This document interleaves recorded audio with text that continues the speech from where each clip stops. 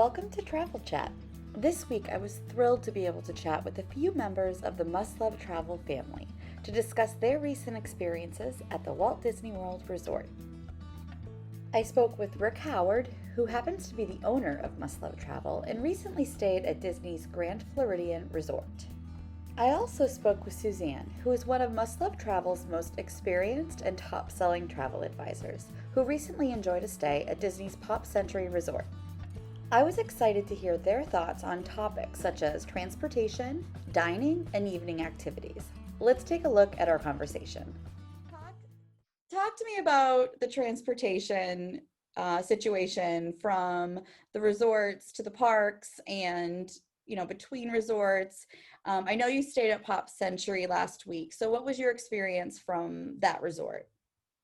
So the transportation from Pop Century to the parks, if you're going to Magic Kingdom or Animal Kingdom, you only have the choice of going by bus.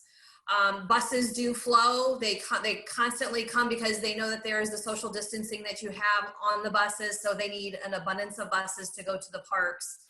And with them doing like a tier system of when the parks open and stuff, that Disney has done a really good job on having multiple buses there for this park that's opening at, let's say, 9 o'clock, but then maybe Hollywood Studios isn't opening up until 10 o'clock. So all of the buses just keep running until they, have the people, heading to that park. So no problems there with the buses for Magic Kingdom and Animal Kingdom. But right now, the only way to get to Hollywood Studios or Epcot is by the gondolas, by the Skyliner. People are lining up really, really early, like an hour to hour and a half early for the Skyliner. And then once you're at like Pop Century, Resort Riviera, and then Art of Animation, of course, is not open yet, but those three resorts, you have to get on the gondola at those resorts, go to the Caribbean Beach Resort, get off of the Skyliner that you were on, and then transfer over to whether if you're going to Epcot or if you're going to Hollywood Studios. So it's a bit time consuming, but yeah, so lines are very long and stuff in the morning for the Skyliner. They do move fast. Suggestion, like going back from Epcot or Hollywood Studios, easy, no problems whatsoever. We did not have to wait in any lines or anything. So it's just in the morning when people are trying to get to the certain parks, that's where it's a little crowded. It's a little busy in the morning and stuff, but very doable. So it is fun to ride the Skyliner too. It's just a lot of fun. Cool. All right. So Rick, same question. So we stayed at Grand Floridian, and transportation to Magic Kingdom, which is the park that we went to the first day that we were there, was very, very easy with the monorail. There were, cast members.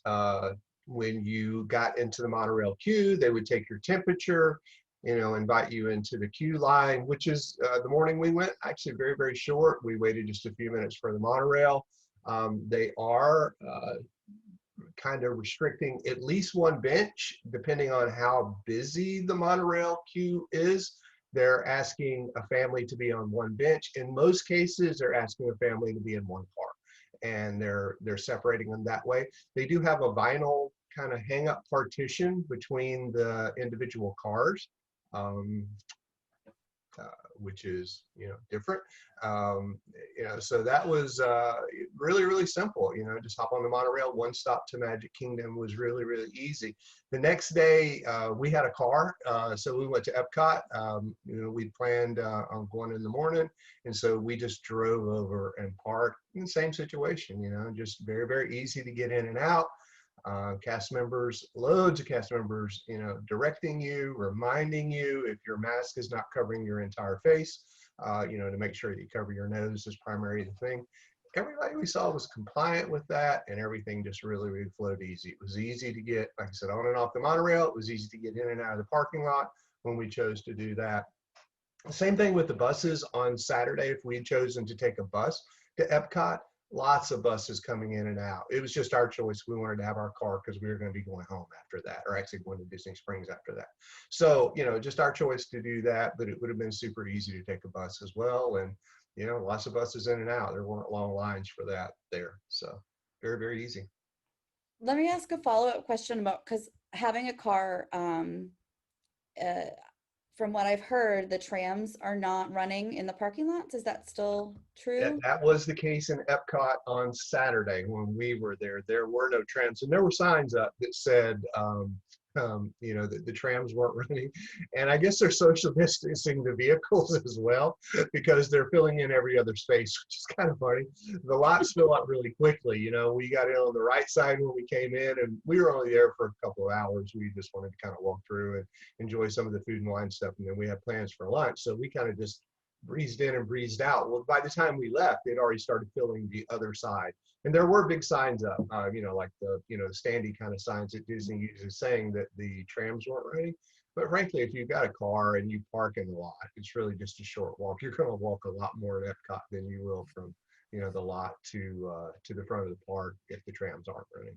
Good point. Yeah, I think that's good to know that it's not a horrible walk. It's people are just kind of used to having the trams. You know, when we park in a lot at Epcot, which we do a lot, you know, particularly I don't mind driving to parks. I think if I have a car there, you know, I agree with Suzanne. Uber is a super easy way to get around Disney as well. So if I didn't have a car, I'd probably go with that choice. But having a car there makes it really, really easy to get in and out. And half the time I notice people that park in the lots, half of them use the trams and about half walk in anyway. Not everyone uses trams. A lot of people choose to walk. I guess it's just kind of how you time it. If there's a tram right there, maybe hop on and use it then. I mean, not at this time, obviously, but you know, when they're there. But I think, you know, a lot of people, there's not a tram there, they don't mind walking to the park. So I know that the park hours have been more limited than they would be normally this time of year. And in particular, they close much earlier in the evenings than folks are used to. So what was your experience staying at Pop Century, in terms of evening activities? And what would you suggest for folks looking to still have fun in the evenings and not just, you know, call it a day at 7 p.m.? Yeah, so yeah, definitely there's a difference with that. I think the Magic Kingdom opened at 9 o'clock when I was there and closed at 6. So that's a big difference because, you know, maybe on a normal basis to be like open at 9 o'clock, but closes at 11.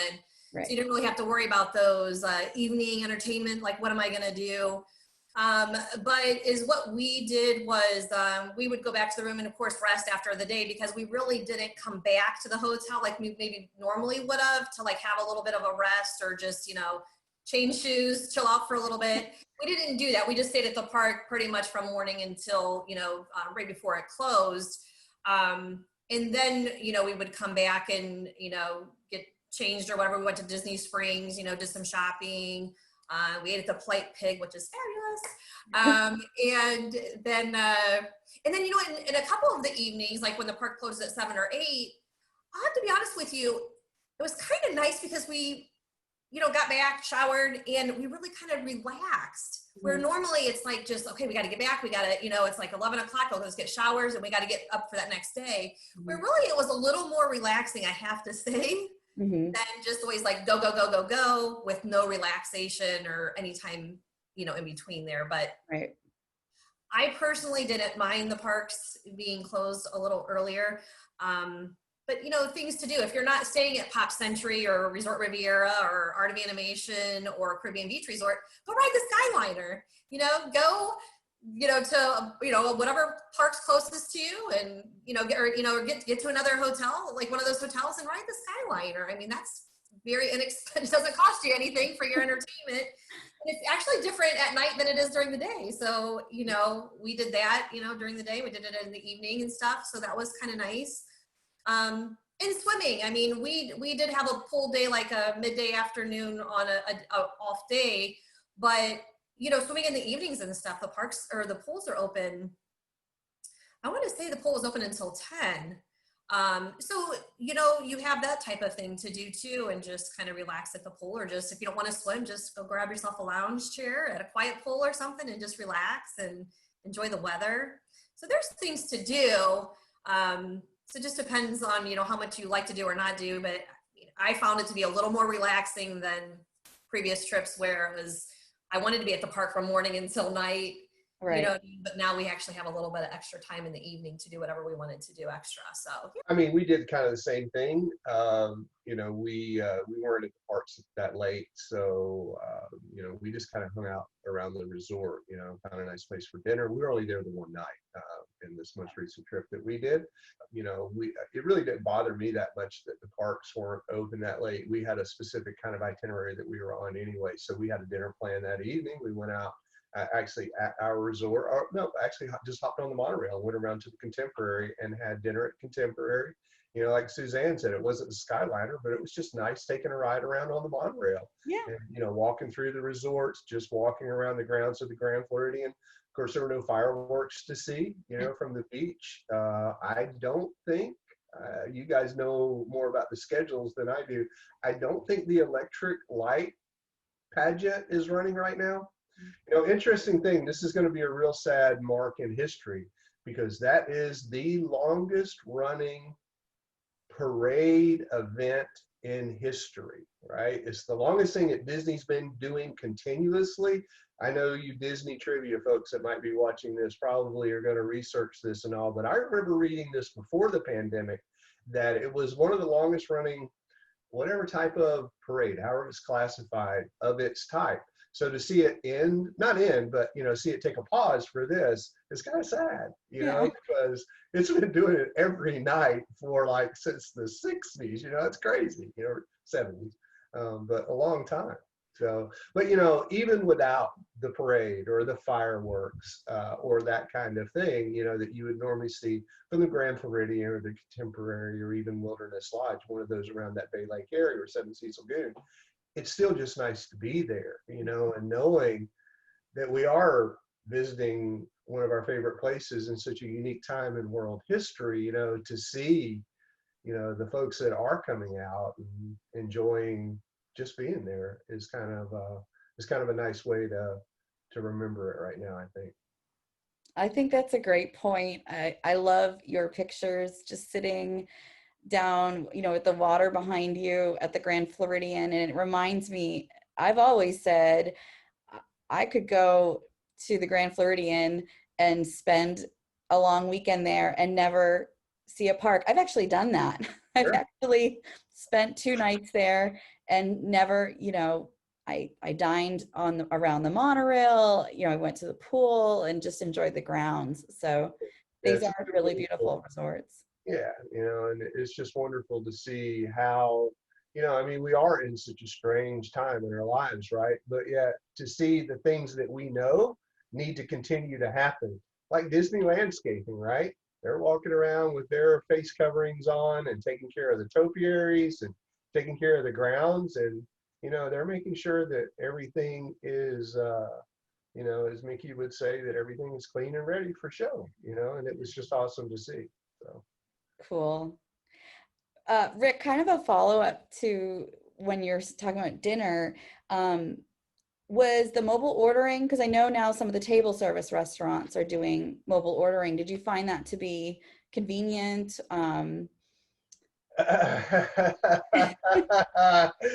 Yes and no. So I'm not going to tell you my no story. The yes story, yeah, it's pretty convenient, but it's not too convenient before coffee. I will say that in the morning. If you're not, now I've got it handled, right? I would know what to do. But that Saturday morning looking for coffee, I was kind of on a schedule and it was, but otherwise it's pretty simple. And what I do like is even in the restaurants where they're not using mobile ordering, for example, we went to Grand Floridian Cafe for dinner. And so you sit down and they give you a piece of paper or there's something on your table that has a QR code that you can use your phone just to pull up the menu. So you have the menu right there on your phone and, the server will come around and take your order and you can, take care of everything that way. It's super, super simple now. I actually love having the menu on my phone. Do you ever I don't think any of us will ever go out to a restaurant and think about taking a menu from a server the same way ever again, right? It's like, no, don't give me that. I've got it right here. It's okay. Yep. Anyway, what do you mean it's not on my phone? I want your menu on my phone. But I mean, I think we, as much as we've kind of endured this time that we're in, at the same time, there are a lot of great innovations that have come out of this that will really help move things along. And I think that's one of them. I mean, to move your day in Magic Kingdom and help you plan out, or any park for that matter, to be able to, take care of your food order and stuff on your phone. Pretty cool. Yeah, that is really cool. Suzanne, do you have I know you've been quite a few times in the last few months and have seen kind of the evolution of folks getting used to mobile ordering, and does it seem to be running a little smoother now than maybe when you were there over the summer? Yeah, I have to say, and just even personally myself, because I was a little like, what do I do here? Yeah. Super easy. And a lot of people are definitely using that. I kind of felt when I was there in August that more people were like up by cast members, with their phones, like asking a lot of questions. And I really didn't see that this time. But no, it's super easy process to do that. And one thing also that people were questioning about the mobile ordering is a lot of people buy Disney gift cards, or they get Disney gift cards for, birthdays or Christmas or whatever. And they're like, oh, well, we can't use that. You can. So in your My Disney Experience account, you're going to have your, if you want to put a credit card on file, then that's great. And then if you want to just mobile order and it just gets charged to your credit card, that's fine. But it also gives you an option to add a gift card. Which is really nice. So if people do travel with gift cards, they can, now mind you, you do have to put it in each time you do a mobile order. Not the end of the world. Literally, it's the 16 digits and it's done. And then it will let you know what was deducted from your card, what your new balance on your card is, and it's paid for that way too. So that is really nice for that. And if some people, so not everybody's savvy on phones or whatever, you still can do cash by walking up to the cast member and order that way as well. They just prefer not to have it that way. But so there's all three different options, for people, which is really nice. Awesome. So thank you both, Suzanne and Rick. Thank you for taking the time to chat and tell us about your experiences. Awesome. It was great being here. Thank you very much. You. Good seeing you, Suzanne. Thank you, Jenny. Yeah. Good seeing you guys.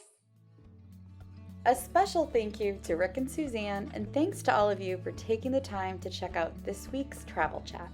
We're excited to bring you information and updates as more destinations continue to welcome back travelers.